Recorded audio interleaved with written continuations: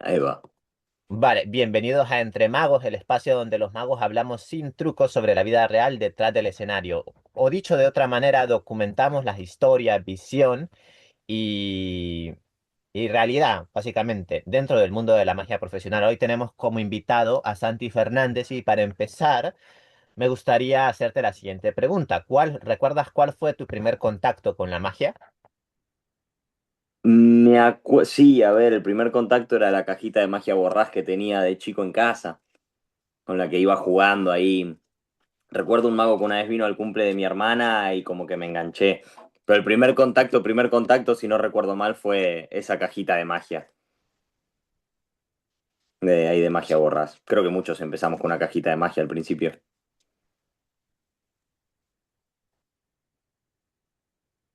Vale. Ahí va. Ahora, la siguiente pregunta. ¿Qué te hizo seguir en este camino? O sea, ¿qué te hizo seguir en el camino de vivir de la magia y todo eso? Bueno, eh, hay un mago argentino, René Laván, que todo el mundo conoce, ¿no? Dentro de nuestro mundo. Eh, a mí ya de chico me gustaba mucho la magia, entonces con corta edad, 14 15 yo ya me había visto los espectáculos de René que están subidos a YouTube. Esto es maravilloso porque está ahí para quien quiera verlo, ¿no? Que claro, para un nene suele ser un poco más aburrido porque el tipo te cuenta historias, te habla de historias de un tipo grande, tal, entonces, pero a mí me encantaba. Y resulta que en 2016 vine a España a conocer a mi familia y un tío mío de ahí de Galicia me pregunta a mi hermana y a mí si nos gustaba la magia. Y estábamos jugando ahí con unas cartas y se nos puso a hacer magia. ¿Cuál era la peculiaridad de este tipo? Que él trabajaba en una cantera y había perdido un brazo también. Y toda la magia que no, todos los trucos que nos hizo, nos lo hizo con una mano. Y claro, a mí me gustaba René Laván. Entonces fue como que a mi memoria vinieron enseguida los recuerdos de ver los shows de René. Y creo que ahí hice un clic y ni bien volví a Buenos Aires quise empezar a aprender en serio. Y a estudiar y a meterme de lleno. Y no paré. Vale, ¿y qué tan fácil o difícil fue comenzar en tu ciudad? No fue, a ver, yo tengo la suerte de que mis viejos me apoyaron en todo y al estar en medio de Buenos Aires, eh, tenía la suerte de que muy cerca tenía las tres tiendas de magia que hay hay cuatro o cinco tiendas de magia en Buenos Aires. Tres las tenía más o menos a la misma distancia de mi casa, unas 10 calles o así. Entonces, nada, fue convencer a papá de que me pague el curso para empezar y después ya de empezar a ahorrar yo para comprarme mis libros y mis cosas e ir a congresos y aprender de maestros, de amigos, de conferencias. Pero no fue difícil en ese sentido. Y los magos de ese momento, de la camada que había en Argentina en ese momento, como que todos nos apoyamos mucho a empujarnos hacia arriba y hay una camada muy bonita y que te abre los brazos muy fácil. Entonces, no fue difícil meterme ahí. Al contrario. Ok, ¿y qué crees que diferencia a un buen mago de uno inolvidable? Uy, qué buena pregunta. Qué buena pregunta. Es una muy buena pregunta. A ver, primero el trato con la gente, ¿no? Creo yo. Ajá. Eh, el show de magia empieza cuando el mago llega al evento, no cuando empieza el show. Yo creo que la persona tiene mucho que ver ahí. Fuera de la magia que haga, que obviamente sí hay efectos que son mucho más impactantes que otros y todo bien, ¿no? Yo soy de la idea de que uno tiene que intentar hacer la magia más fuerte que pueda. Eh, ¿No? Si hay un juego que es mejor que otro, pues intenta hacer siempre los mejores juegos que puedas. También teniendo en cuenta de que para mí la risa es muy fuerte. Entonces, si tenés un mago que además de romperte la cabeza te hace reír, y encima es un tipo que te cae bien, la persona te cae bien. Hay magos que tal vez quizás generan medio conflicto con el público, o buscan cierta especie de conflicto, de riña ahí con... eh, yo creo que esos no quedan tan en la memoria o no quedan en una buena memoria. Sin embargo, el que empatiza, el que juega con la gente, que después se queda hablando, o sea, la persona primero. Yo creo que ese es el mago. Lo que hace que un mago sea inolvidable es la persona que hay detrás. Vale. ¿Y cuál ha sido el mayor reto que has tenido como artista? Qué buena pregunta. Me tocó hacer. Yo hice mucho show solidario. Hago cada tanto cuando sale una cosa. Y reto así, a ver, profesionalmente uno tiene muchos retos. Tenés shows más fáciles, shows más difíciles. Hay shows que llegás y te ponen todo en bandeja para que la gente se ponga de pie al final porque es un público maravilloso. Hay otros shows que son más difíciles por distintas cosas. Te doy distintos ejemplos de por qué un show puede ser difícil. Hace un par de años, bueno, ya 4 o 5 años, me tocó trabajar en el casino de Palermo, en Puerto Madero, en Buenos Aires. Era un casino de gente muy, muy cheta, de mucho dinero. Eh, Cuestión que la gente va al casino a ganar dinero. Ujú. Y a mí me contrataban para ir a hacerle magia a la gente que estaba ahí. Y el mago que hace trampa, que no sé qué, no caía muy en gracia. Flaco, acabo de perder 500 euros y vos me venís con las cartitas. No estoy pa' esa, negro. Entonces, era un público difícil y te lo tenías que ganar porque te pagaban para hacerles magia y no querían. Entonces, creo que eso cacheteó bastante. Pero eso es un ejemplo profesional. Uno va, le pagan y uno tiene que hacer el trabajo. Ahora me pasó en eventos así solidarios, ¿no? Por ejemplo, ir a repartir cajitas de magia para Navidad a un hospital de niños eh, con distintas enfermedades, muchas terminales, ¿no? Había gente ahí con niños muy pequeñitos que estaban con un cáncer en las últimas, nenes que no les podías acercarte a hacer magia porque les tenías que hacer magia desde la ventanilla de la habitación, como Ujú. podías, una ventanita así, y como podías le hacías alguna monigotada, alguna magia, porque estaba tan frágil que no te podías acercar por cualquier virus que pudieras pasarle. Eso es magia muy jodida.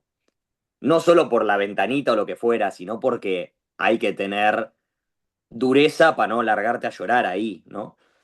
Eh, y también me tocó ese mismo año ir a hacer magia a un orfanato de también niños pequeños que ni bien llegué me abrazaron todos, ah, sos el mago, te abrazan, te quieren, te aman de entrada, pero después te empiezan a contar la historia de esos chicos, gente que es difícil que te preste atención porque son chicos con una vida muy difícil, corta vida, pero muy difícil, niños de lo que quieras, violados, maltratados, abandonados, más de una vez.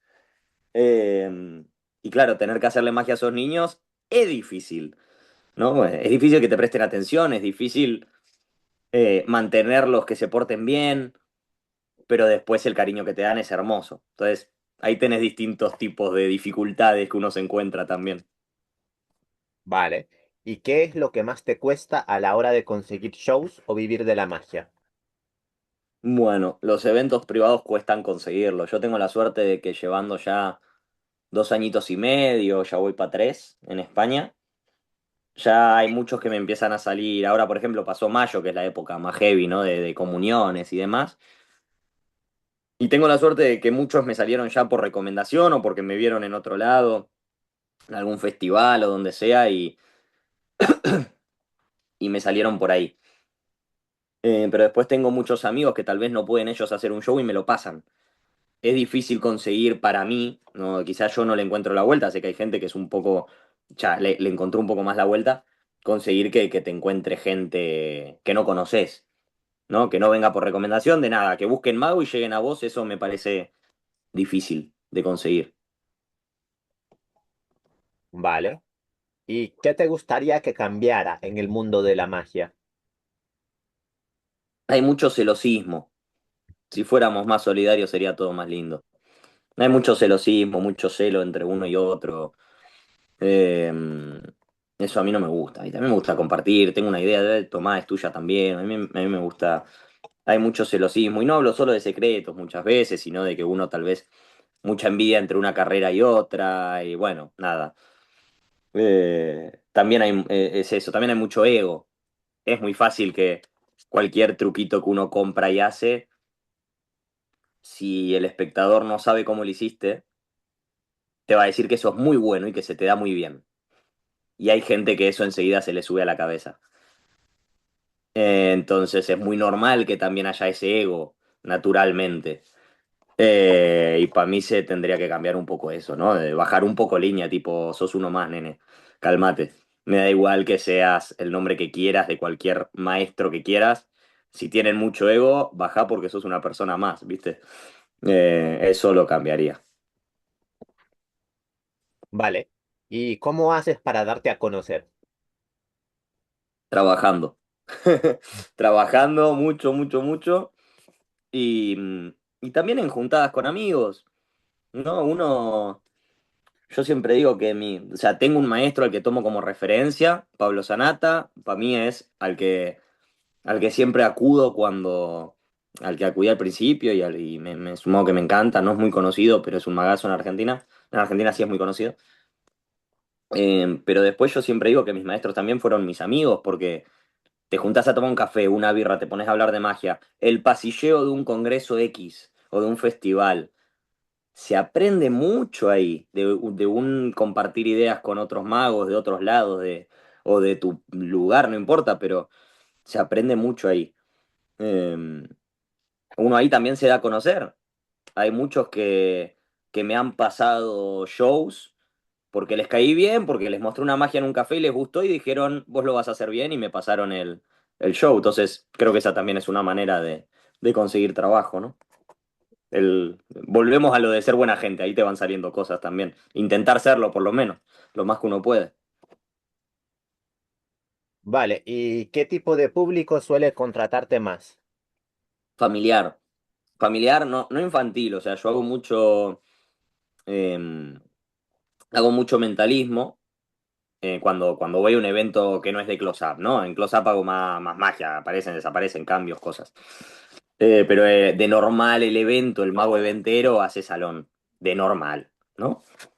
Entonces, como hago mentalismo, mi público favorito es el de las comuniones. Y uno dice, ¿el de la comunión es infantil? No, porque en la comunión tenés 4 o 5 nenes y 50 adultos. Entonces no es un público infantil.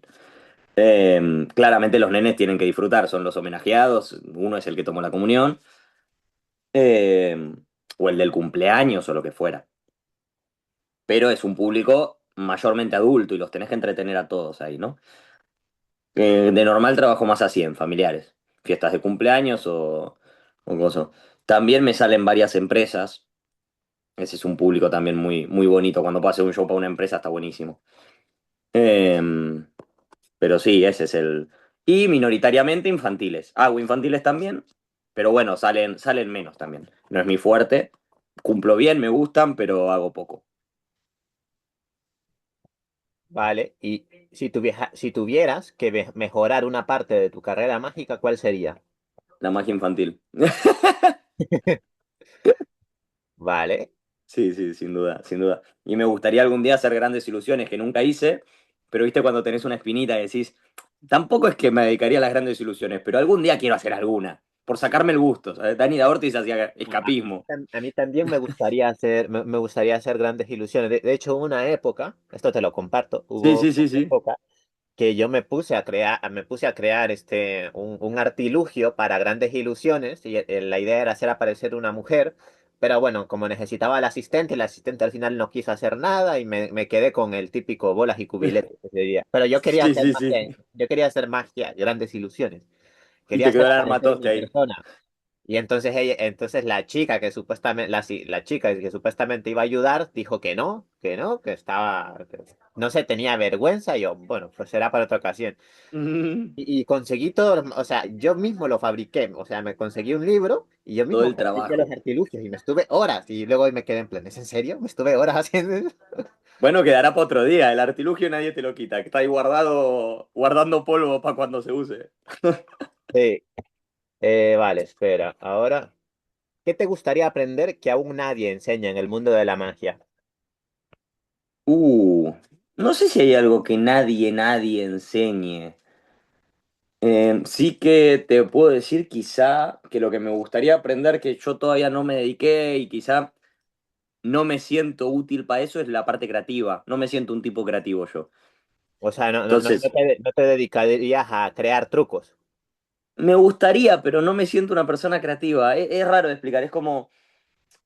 eh, yo una época, yo estudié, vengo de una escuela técnica, yo soy técnico en informática, estudié ingeniería y en un momento me pasé a publicidad, a estudiar publicidad. Hice un año nada más de publicidad, pero en publicidad te enseñaban ejercicios para incentivar y entrenar esa creatividad. Y me costaba mucho, porque venía de un mundo que era cuadrado, era paso uno, 2, 3 y 4 y se resuelve, ¿entendés?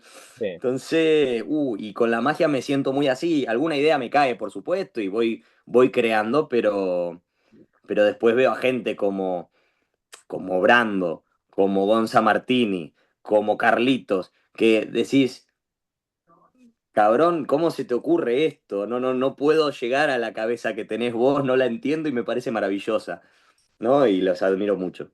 Esa parte creativa la admiro mucho. Vale, ok.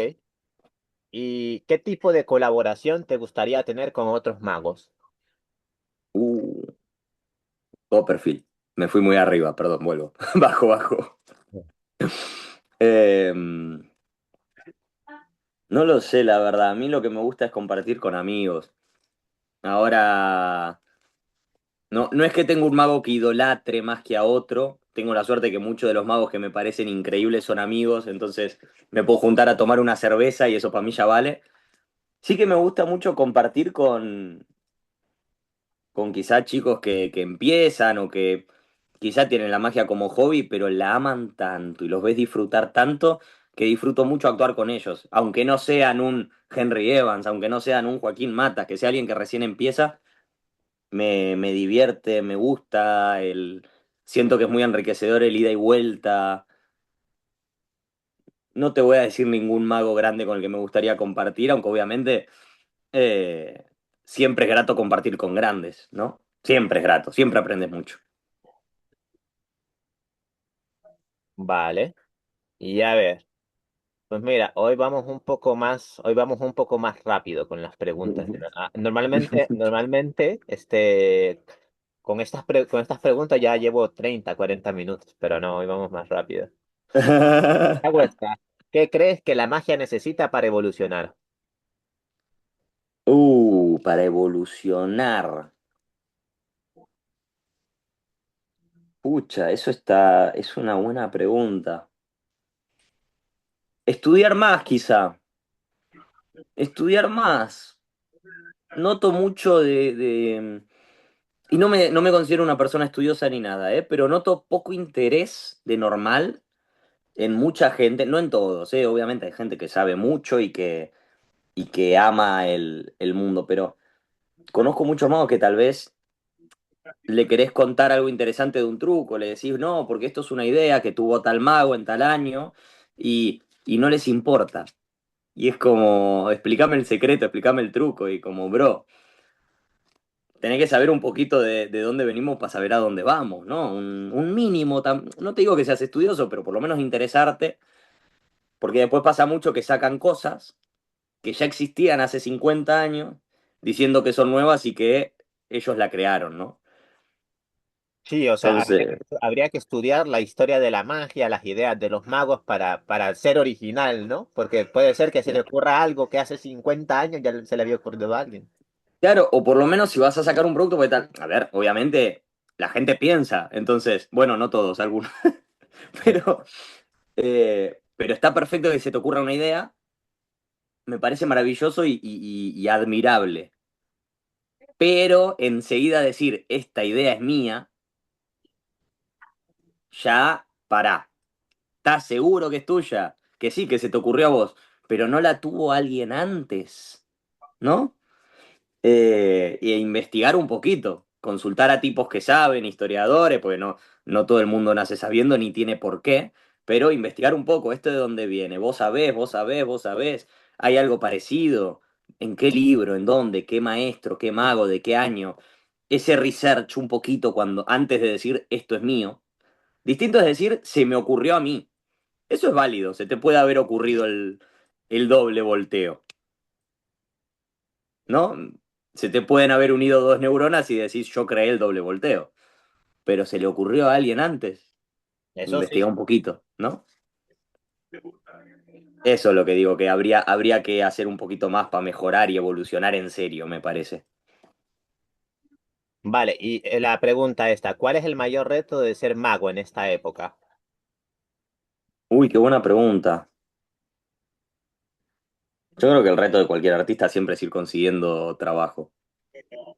Hay, hay días donde hay meses donde hay mucho, años donde hay mucho y años donde hay muy poco.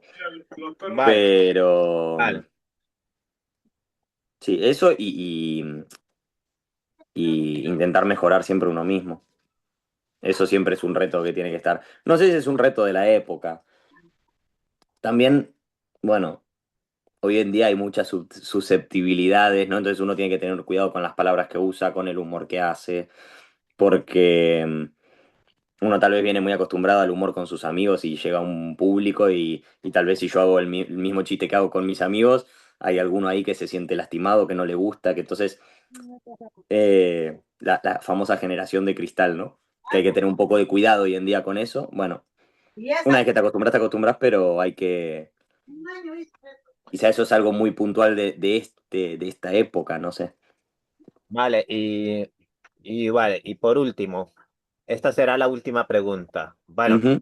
vamos a ver cuando termine la grabación y yo creo que se van a escuchar voces de fondo porque es que No te preocupes, hablando no en te la preocupes. cocina, pero bueno, me gusta ser espontáneo. La última pregunta. ¿Cómo ves el futuro de la magia en las redes sociales? En las redes sociales. Es difícil predecir las redes sociales. Si hace, ¿no? Hasta antes de la pandemia no sabíamos que podía existir algo tan fuerte como TikTok, ¿no? Como los Reels. Ya. Y en Internet ya existía, Instagram ya existía, el quiero todo ya y magia full visual y a la cámara ya existía. Y con eso, sin embargo, pegó un salto y cambió y salieron nuevas cosas. Mm, yo creo que ahí es un mundo a indagar, ¿no? Hay mucho producto de magia que es solamente para la cámara. Y está bien, o sea, no me parece mal.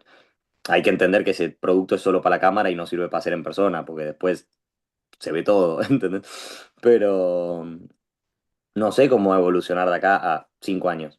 No sé en qué va a estar Internet, cuál va a ser la red social, qué modalidad va a tener. Vale, bueno, muchísimas gracias por tu participación. Lo dejamos aquí y ya, ¿vale? Very good. Muy bien, Luis Fer. Espero que